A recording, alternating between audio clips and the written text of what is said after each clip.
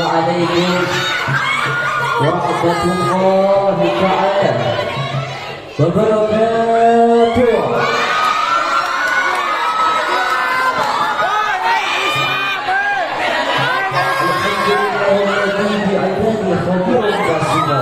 تبارك الذي جعل في السماء بروجا وجعل فيها سراجا وقال رب ديرا.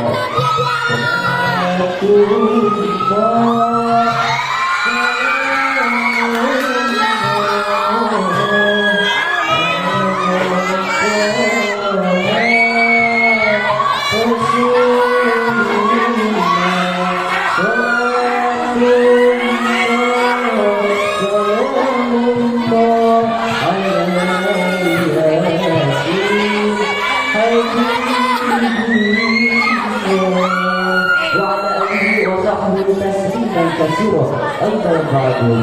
فقد قال الله تعالى في القرآن الكريم وهو أصدق القائلين: أعوذ بالله من الشيطان الرجيم بسم الله الرحمن الرحيم وإنك لعلى خلق عظيم. وقال النبي صلى الله عليه وسلم: إنما بعثت لأتمم مكارم الأخلاق. صدق الله تعالى وصدق رسوله النبي المصطفى ونحن على ذلك من المسلمين كثيرين الحمد لله رب العالمين. Dewan Tahkim yang mulia, hadirin semua yang berbahagia dan juga cewek-cewek yang menaksir saya, hadirin jamaah dalam kondisi Rahimah Kubur.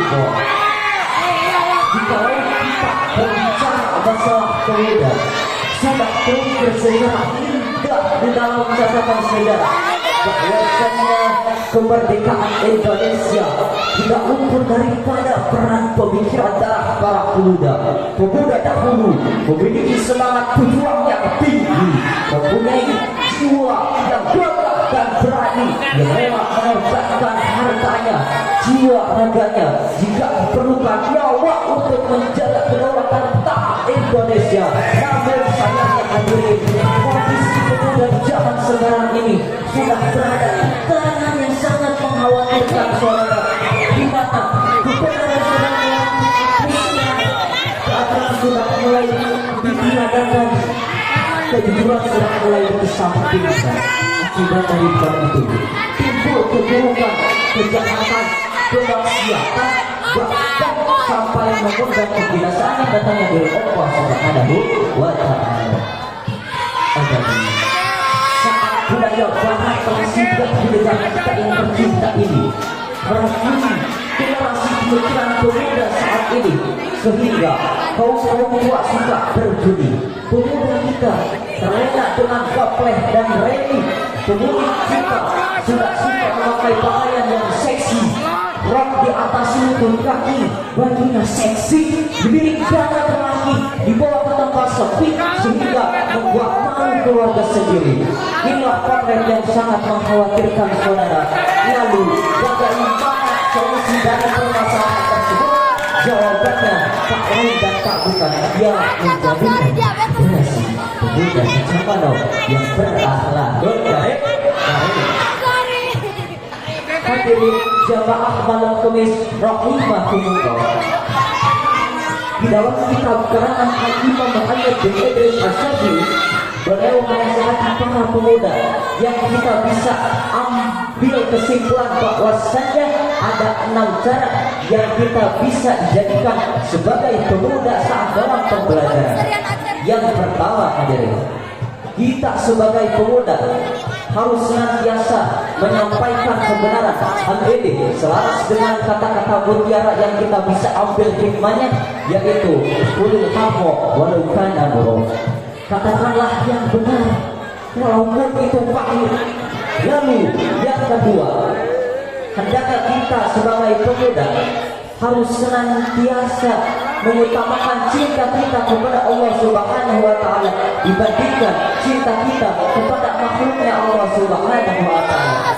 Kita sebagai pemuda harus saling bisa mengutamakan cinta kita kepada Allah. Kita sebagai pemuda jangan hanya jadi gaya cinta dan juga jangan hanya pandai dalam perkara asmara. Hadirin rahimakumullah.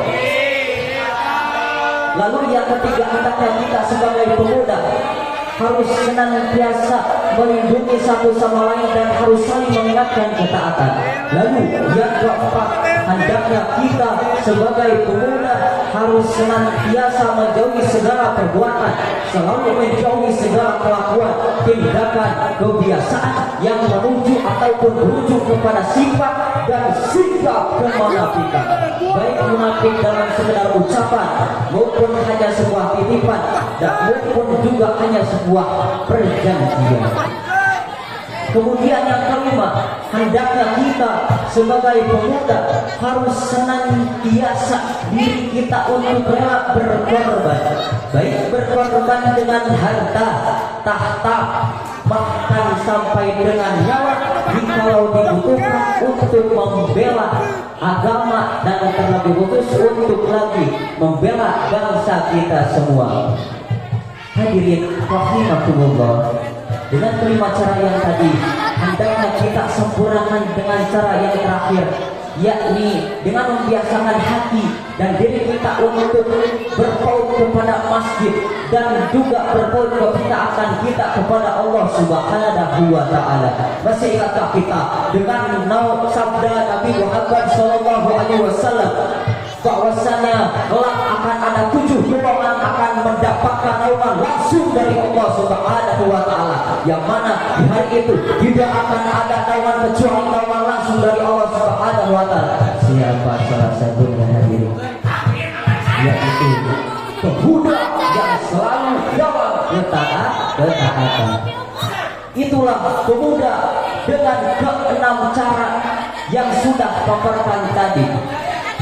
Islam dapat menyingkirkan beberapa macam bentuk kedzaliman. Islam dapat menyingkirkan beberapa macam bentuk kemaksiatan, sehingga pemuda-pemuda kita dapat meminimalisir terjadinya tidak kerusakan dan tidak kemungkinan.